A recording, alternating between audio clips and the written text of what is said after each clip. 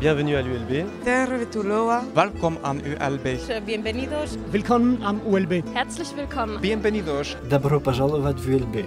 Welkom aan de ULB. Benvenuti. Welkom bij ULB. 欢迎你们来布鲁塞自由大学。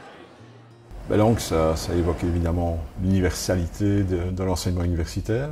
Donc même si l'ULB est une université francophone au départ, elle accueille à peu près 30% d'étudiants internationaux. Donc sur les campus, on entend parler un peu toutes les langues. En ce qui concerne l'enseignement des langues dans les différentes facultés, le soutien de l'université se fait à travers un plan stratégique qu'on appelle le plan langue. Et ce plan est d'une part organisé par les forces vives de l'université à travers son centre de langue vivante, mais également avec le soutien de la F9 qui nous vient en aide. La F9 est une institution qui a comme métier d'enseigner les langues. L'ULB est très liée à la F9 et finance une partie de son fonctionnement.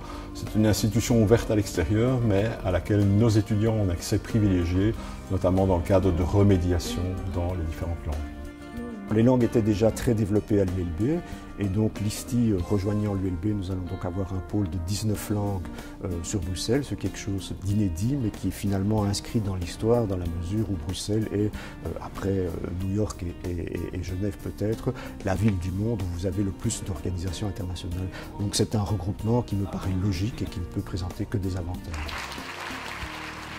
Dans un campus comme celui-ci, vous allez retrouver essentiellement des laboratoires de langue pour le premier cycle, des classes normales bien entendu, et pour le second cycle, vous aurez véritablement des salles équipées avec des outils d'aide à la traduction et bien entendu des salles d'interprétation, je pense à l'interprétation simultanée, donc des cabines particulièrement adaptées à l'enseignement de l'interprétation. Le département de langue et lettres fait partie de la faculté de lettres, traduction et communication. Nous y enseignons des langues modernes et des langues anciennes, mais aussi au niveau du master, la linguistique. Ces langues sont enseignées dans une perspective particulière, c'est-à-dire que nous considérons qu'une langue fait partie d'un tout, d'un ensemble culturel plus large. Et il y a donc, à côté des cours de langue proprement dit, toute une série de cours de culture, mais aussi de cours de linguistique. Aujourd'hui, connaître d'autres langues que le français et l'anglais reste certainement un atout personnel et professionnel.